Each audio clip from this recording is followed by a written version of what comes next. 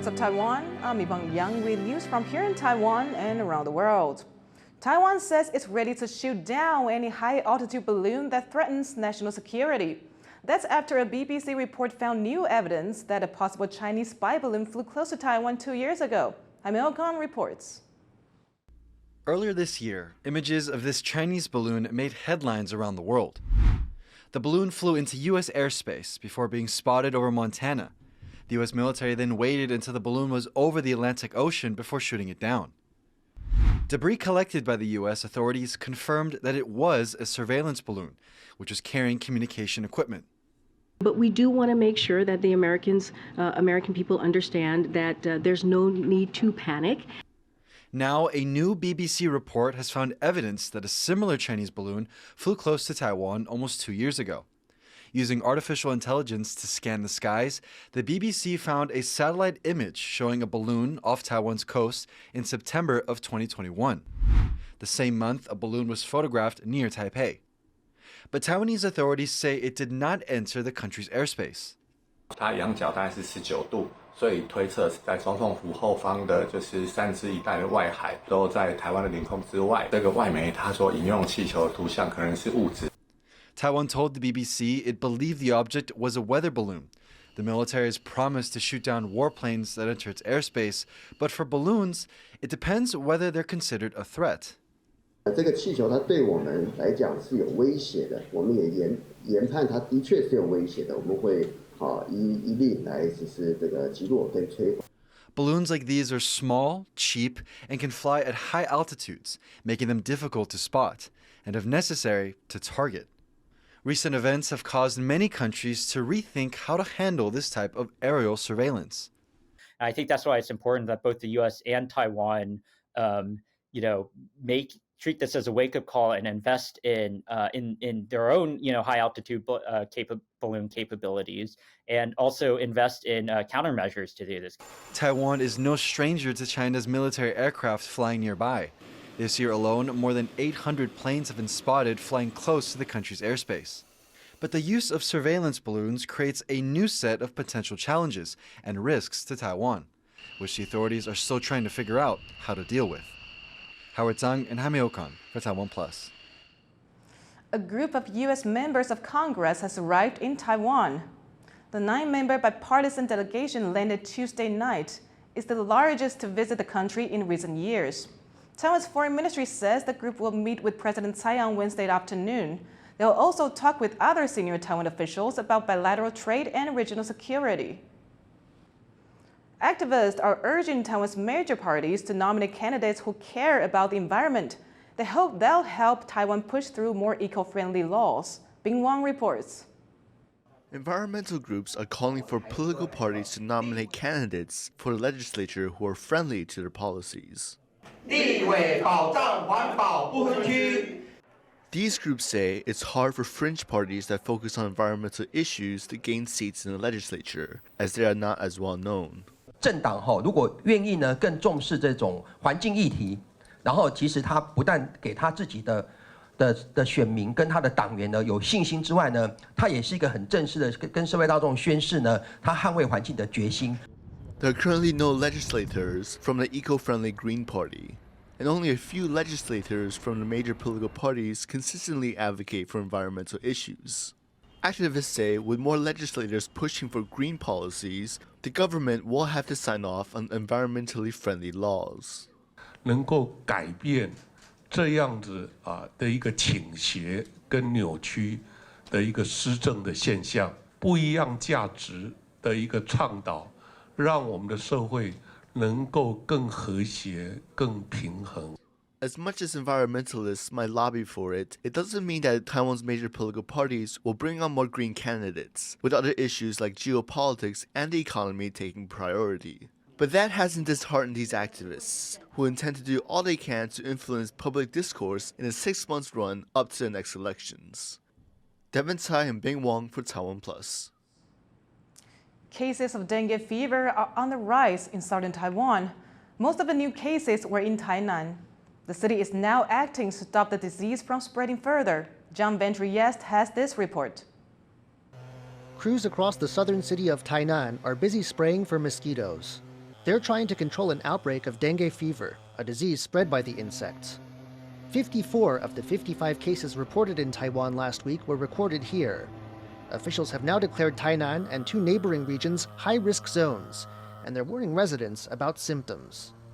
腹部的疼痛，或者是有持续的呕吐，或者是有这个嗜睡、躁动不安，以及黏膜如果出现出血的话，这个是登革热感染之后可能出现出血热或者是休克的这种重症前兆。In 2015, Taiwan saw the biggest outbreak in its history, with more than 43,000 cases and 200 deaths. The disease is found throughout the tropics and subtropics worldwide. The World Health Organization estimates up to 400 million people may be infected each year. While this year's outbreak in Taiwan is mild by comparison, officials are being cautious. 2 districts in Tainan will introduce rapid testing from July 1st. They're also stepping up campaigns to spray areas where water has collected and mosquitoes breed, and are urging those 60 and older to be on the lookout for symptoms. James Lin and John Van Trieste for TaiwanPlus. Taiwan's unemployment rate for the month of May has dropped to a 20-year low.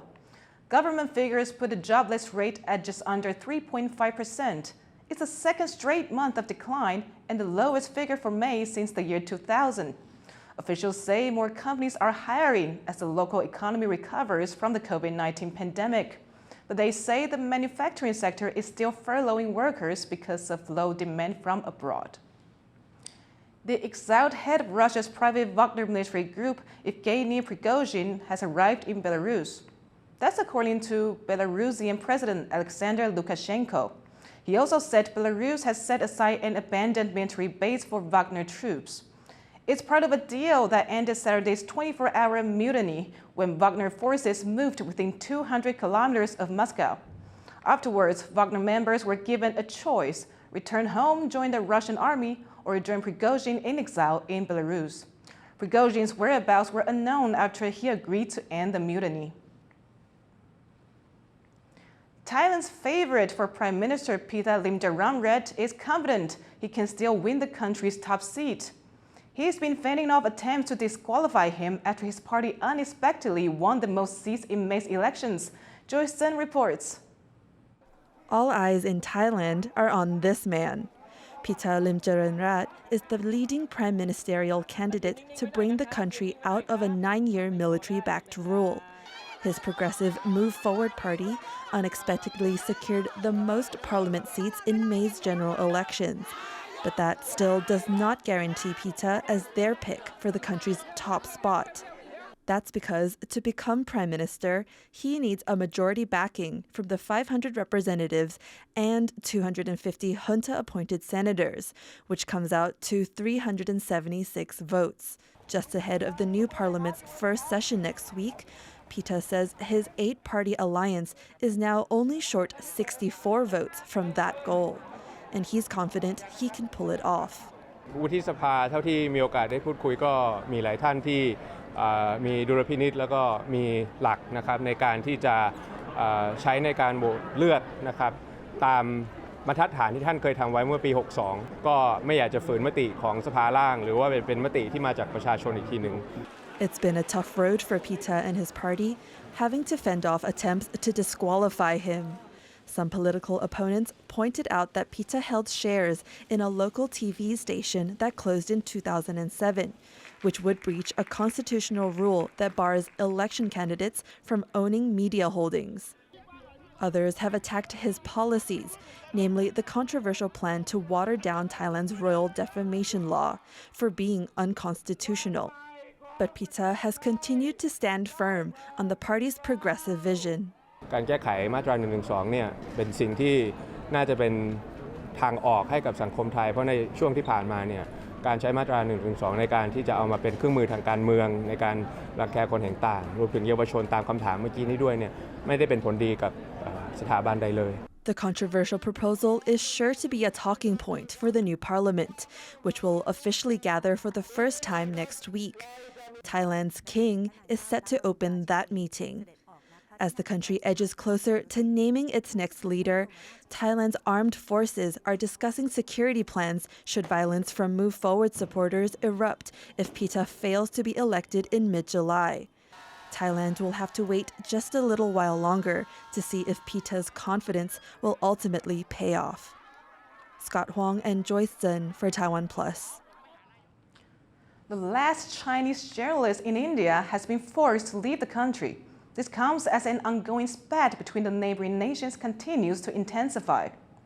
Indian newspaper The Hindu reported that India denied a visa extension to the Chinese state media reporter posted in Delhi. It follows the country's decision to kick out another reporter from China's state news agency Xinhua, who left last week. Meanwhile, the last Indian journalist in Beijing has reportedly been asked to leave China within the next few weeks. If this journalist goes, there will be no correspondence from either China or India in each other's country.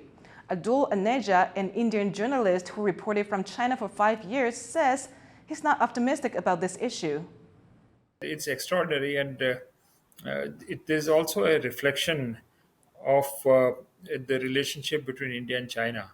I think unless there's traction on the political side, unless things start improving, I don't see this situation getting resolved anytime, at least not in the immediate future.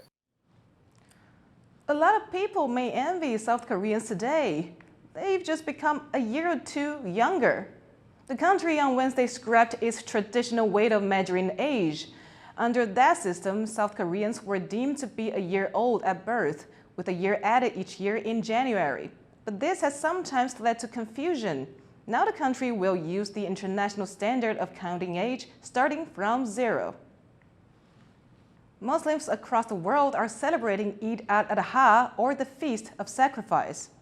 Islam's largest holiday began on Tuesday evening. It follows Arafat Day, which is the most important day in the annual Hajj pilgrimage. Muslim pilgrims climbed up Mount Arafat in Saudi Arabia at sunset. This is where the Prophet Muhammad is believed to have held his last sermon. Seeing fireflies in the wild is not something to be missed. In Taiwan, the insects face many threats, like droughts and urban development. But recent rains, along with conservation efforts, have helped their numbers start to bounce back. Sally Jensen reports. Tiny fluorescent lanterns, like fireworks in the night sky. Taiwan's fireflies are a breathtaking sight. They can usually be spotted at night, darting around the country's central mountain range. This year, though, they showed up later than usual. This is largely because of a years-long drought, which has affected biodiversity in the area. 因为气候的关系，过度的干燥，所以萤火虫才没有羽化出来。 But recently, rain finally came to Taiwan's central mountains. It was not only good news for farmers, but for the fireflies too.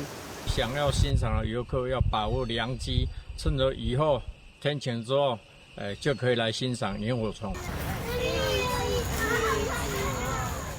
Taiwan boasts 50 different species of firefly. They're not just pretty to look at, but also play an important role in healthy ecosystems.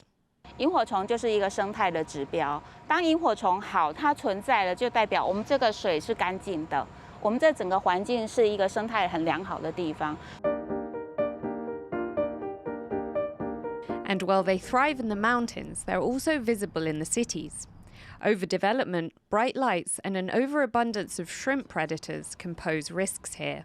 But ecologists have worked hard to bring these lightning bugs back from the brink.